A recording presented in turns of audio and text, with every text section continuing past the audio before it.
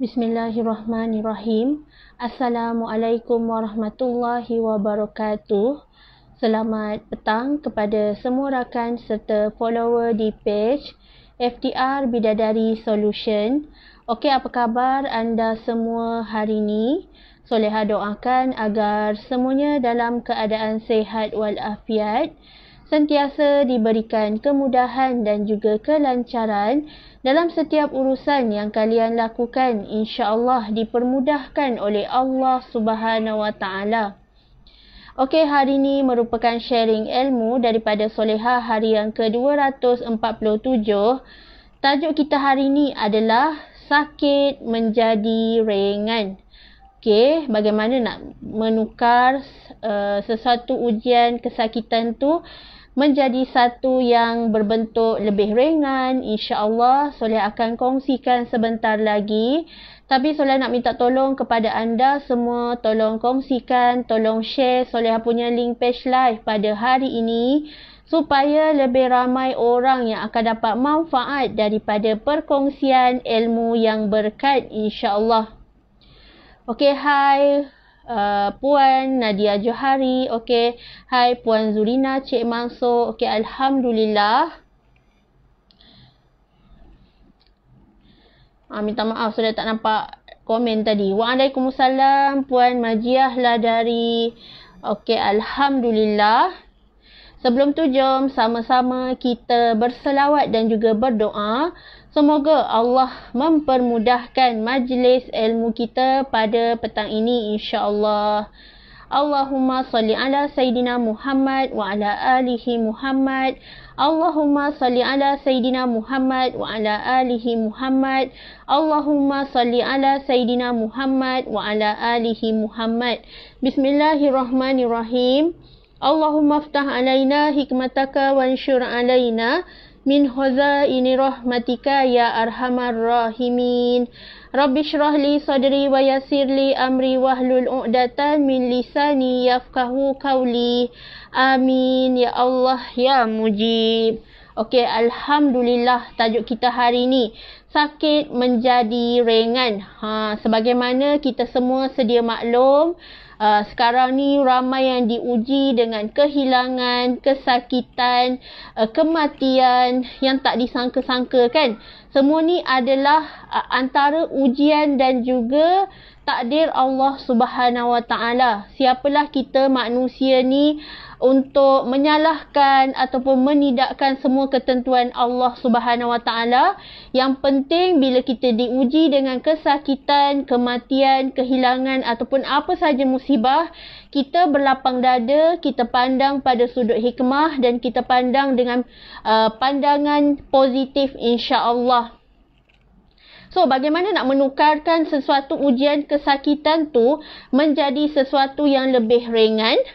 InsyaAllah, suatu ujian dan kesakitan tu boleh kita tukar daripada kita anggap itu sebagai satu yang berat, bertukar menjadi ringan apabila orang yang sakit ni, bila kita orang yang sihat datang melawat ataupun menziarah orang yang sakit, sebenarnya apabila kita datang ziarah dia, sebenarnya Allah sedang mengangkat segala kesakitan dia. Allah membawa rahmat, malaikat membawa rahmat apabila kita menjadi tetamu kepada orang yang sakit. Apabila kita datang jenguk orang yang sakit ni, bukan sekadar kita tengok je dia, bukannya sekadar bersembang-sembang, tetapi bila kita datang tu, datanglah dengan penuh manfaat.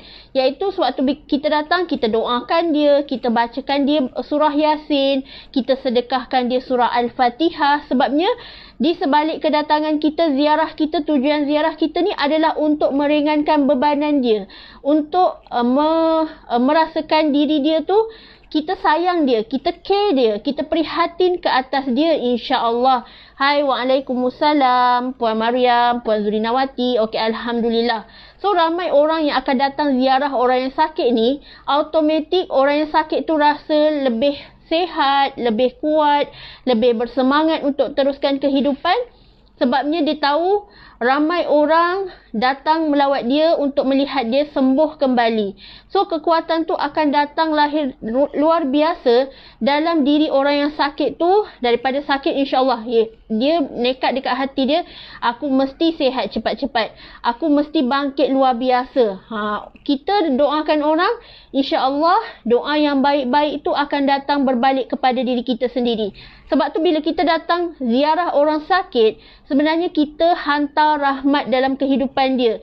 Kita doakan dia. Kita ucapkan kata-kata semangat untuk dia terus melawan kesakitan. Contoh kalau dia ada penyakit kanser kan, kita doakan dia, bagi kata-kata semangat, bagi big support, and then kita tak lupa untuk doakan dia sambil-sambil tu hulur-hulurkan sedikit bantuan mengikut kemampuan kita. Kalau kita boleh bagi dia barang keperluan makanan rumah ke, apa-apa bentuk keuangan ke, mungkin saat ini dia sangat-sangat memerlukan. Saat ini, sekarang ni dia diuji, mana tahu esok lusa adalah ujian untuk kita pula. Sebab tu bila orang sakit, sebenarnya Allah uji kita juga. Apa peranan kita untuk membantu dia? Apa peranan kita? Apa yang kita lakukan? Ataupun adakah kita sekadar memandang dia susah, tak apalah aku senang, biar je lah dia susah sorang-sorang. Adakah kita akan terus-terusan macam tu? Orang yang beriman, orang yang sentiasa prihatin, dia tak pentingkan diri sendiri. Dia akan cuba sedaya upaya untuk membantu. Tolong kemas rumah ke, tolong masakkan makanan ke, tolong bagi barang keperluan ke. Dah tahu dah, baju semua basah, baju semua hanyut. So, kita hulurkan sedikit bantuan untuk meringankan bebanan dia. Automatik, sakit yang ditanggung tu akan menjadi ringan. Kepala dia tak sakit nak memikirkan apa benda yang telah Allah tarik nikmat sementara ni, tiba-tiba diuji sebegini, insya-Allah. Okey, yang kedua, sakit tu akan bertukar menjadi ringan apabila kita yakin sakit tu adalah kafarah dosa daripada Allah Subhanahu Wa Taala. Sebab Allah turunkan dosa, Allah bagi kita ujian sakit ni sebab Allah nak ingatkan diri kita bahawa kita banyak dosa masa lampau. Inilah masa untuk aku bertaubat, inilah masa untuk aku merenung diri, muhasabah diri. Mungkin sebelum ni aku lalai, leka, terlampau kejarkan dunia. So bila Allah uji kita dengan kesakitan, barulah time tu kita nak bentang sejadah, barulah kita nak berdoa lama-lama, barulah kita nak meminta, nak menadah tangan, minta ampun, minta kesungguhan. Doa kita ni bersungguh-sungguh nak minta Allah makbulkan segala doa kita saat sakit ni. Sebab tu pernah tak anda dengar doa orang yang sakit ni, insya-Allah Allah akan makbulkan. So bila kita sakit ni, memang jiwa kita rasa merintih, jiwa kita rasa, ya Allah banyaknya dosa aku. Tiba-tiba muncul dalam diri tu, ya Allah, rasa time tu juga nak bertaubat. Time tu juga rasa, ya Allah, hinanya aku, kerdilnya aku. Ujian yang engkau beri ni betul-betul membuatkan aku insaf, nak berubah menjadi manusia yang lebih baik.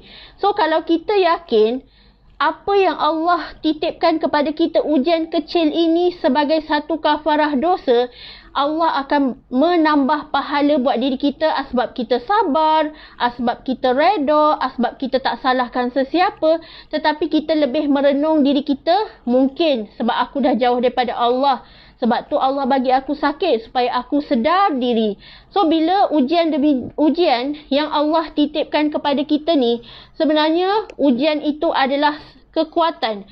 Ujian ni sebenarnya menguatkan diri kita untuk dekatkan diri kita untuk turn back to Allah. Sesiapa yang hari ini ada masalah, cara untuk selesaikan solusi yang melanda diri dia adalah dengan turn back to Allah. Seperti dalam surah Al-Baqarah, Allah telah berfirman, a'udzubillahi minasyaitonirrajim, fasta'inu bisabri wassalah. Mintalah pertolongan Allah dengan cara solat dan sabar. Kita hidup ni memang tak boleh lari daripada ujian Allah. Ujian setiap apa yang Allah titipkan tu, kalau kita sabar, kita reda, kita pandang pada sudut positif, kita pandang pada sudut hikmah, insya-Allah semua tu akan menjadi sesuatu hikmah. Allah akan berikan kita bungkusan hadiah. Andai kita sabar, andai kita reda dan kita terima dengan hati yang berlapang dada, insya-Allah segala ujian tu akan kita pandang pada sesuatu yang manis. Yelah, sebelum ni bila Allah bagi kita macam-macam, kita lalai, kita leka, solat pun di hujung-hujung waktu, tak pernah nak bersedekah, tak pernah nak berzakat, apatah lagi infak harta ke jalan Allah. Lalu Allah turunkan musibah dan juga ujian pada masa ini untuk kita terus merenung diri, apa yang telah aku lakukan sebelum-sebelum ni. Aku lalai sangat. So Allah bagi kita sedikit ujian kesakitan, kita dah nak bising-bising, kita dah nak merungut. So wajarkah seorang hamba Allah tu, andai dia kata dia beriman tetapi mulutnya masih mengomel-ngomel, masih melenting, masih nak marah-marah, nak menyalahkan takdir, buruk sangka pada Allah Subhanahu Wa Taala? Na'udzubillah min zalik. Seorang yang beriman sentiasa sabar, sentiasa berlapang dada, memandang setiap ujian ni dengan penuh hikmah, insya-Allah. Waalaikumsalam Puan Juli Masyita. Kenapa komen soalan ni tak naik? Waalaikumsalam Nadia Bibi. Komen soalan ni tak naik. Waalaikumsalam. Ada Puan Nur Syahidah Hamidi. Sorry. Komennya kenapa tah dia stuck macam tu. Line pun tak berapa okey sebab kat sini hujan dari pagi tadi. Okey, yang ketiga. Sakit tu akan bertukar menjadi ringan apabila kita sentiasa meningkatkan keimanan kita kepada Allah. Orang yang beriman, dia sentiasa sabar. Ada satu ayat, kita manusia hamba Allah ni dilarang ada perasaan putus asa, sedih, kecewa, marah dalam diri kita. So jangan ada perasaan kecewa, marah dengan apa yang terjadi ni. Tetapi pandanglah ia pada sudut yang positif, banyakkan sabar, banyakkan dekatkan diri kita dengan Allah. Kalau anda lihat mangsa-mangsa banjir, apabila diberikan sejadah, dia menangis dapat sejadah. Dia tak heran kalau tak dapat makanan, tetapi bila ada orang yang menghantar bantuan, sukarelawan hantar bantuan, bagi sejadah, automatik mata dia menangis lihat sejadah je. Cuba bayangkan dalam keadaan ramai-ramai macam tu, mana nak solat, mana nak ambil wuduk. Tetapi bila mana Allah permudahkan, ada orang hantar telekong, ada orang hantar sejadah, ada orang hantar kelengkapan kita macam mana nak bersihkan diri saat-saat kritikal darurat macam ni, satu kesyukuran yang sangat luar biasa apabila masih diberi peluang oleh Allah Subhanahu Wa Taala untuk mengabdikan diri kepada Allah. Masih lagi Allah bagi peluang untuk kita sujud kepadanya. Masih lagi Allah terima taubat kita. Masih lagi Allah terima doa kita saat ini.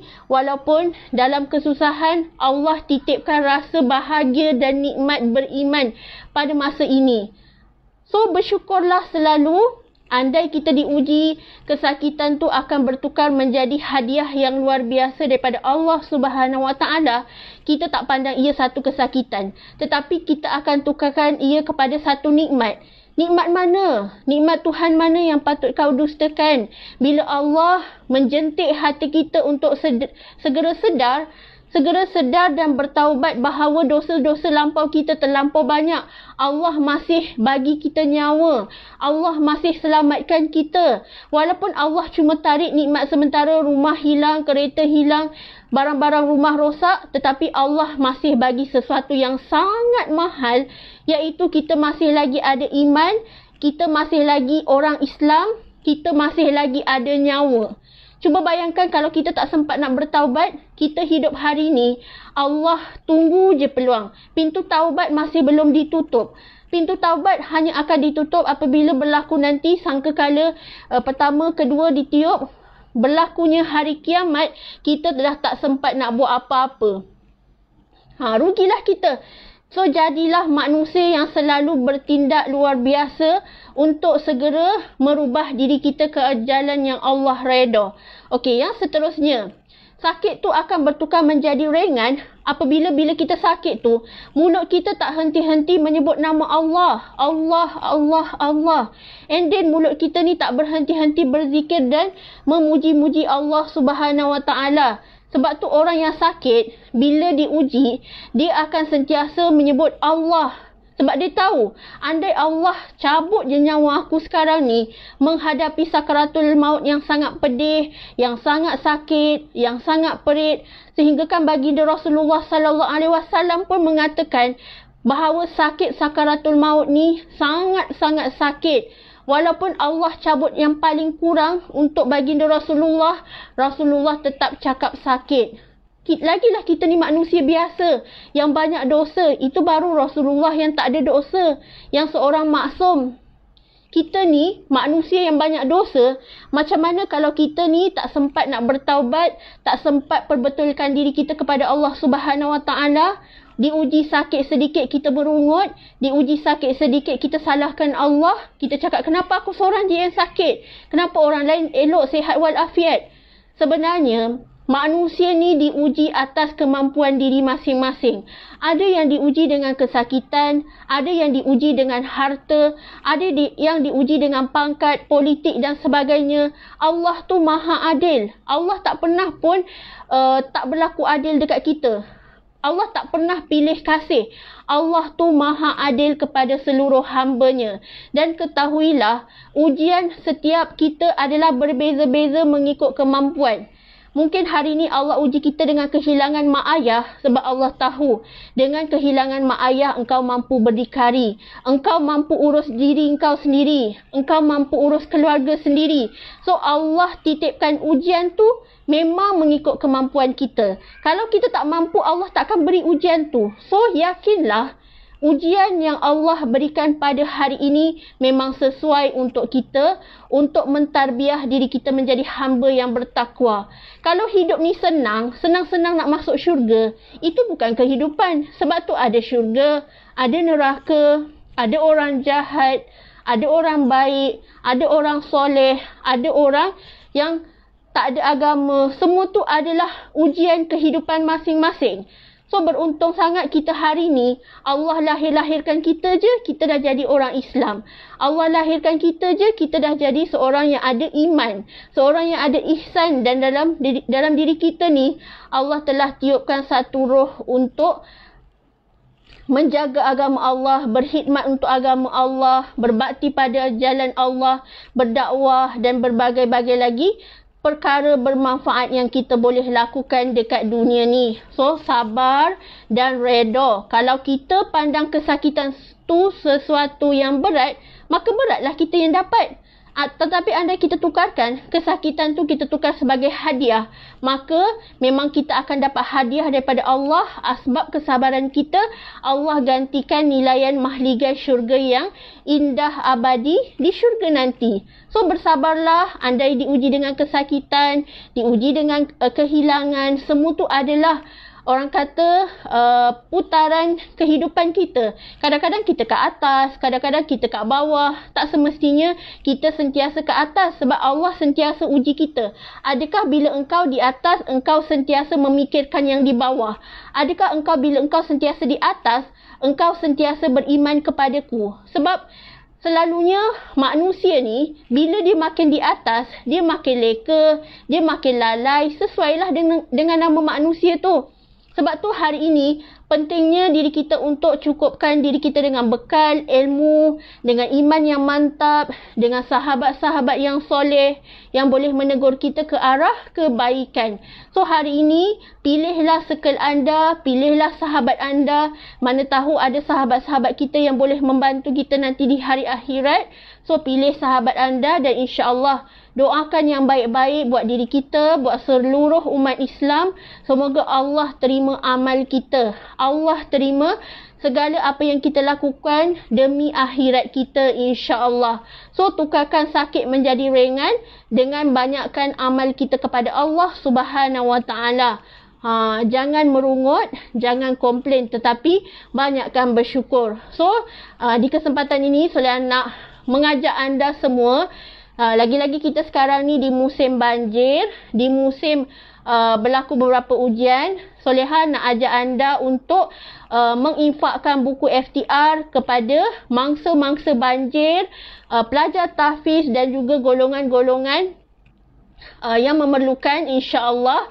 So kalau anda berminat nak infak dan wakafkan buku FTR untuk diberikan kepada golongan ini, boleh Roger Soleha dan juga tim-tim Soleha ataupun tim FTR yang lain, insya-Allah sama-sama kita mewar-warkan dan berkongsi manfaat. Kalau kita berwakaf dan infak harta ke jalan Allah, insya-Allah sahamnya pastilah di akhirat kelak.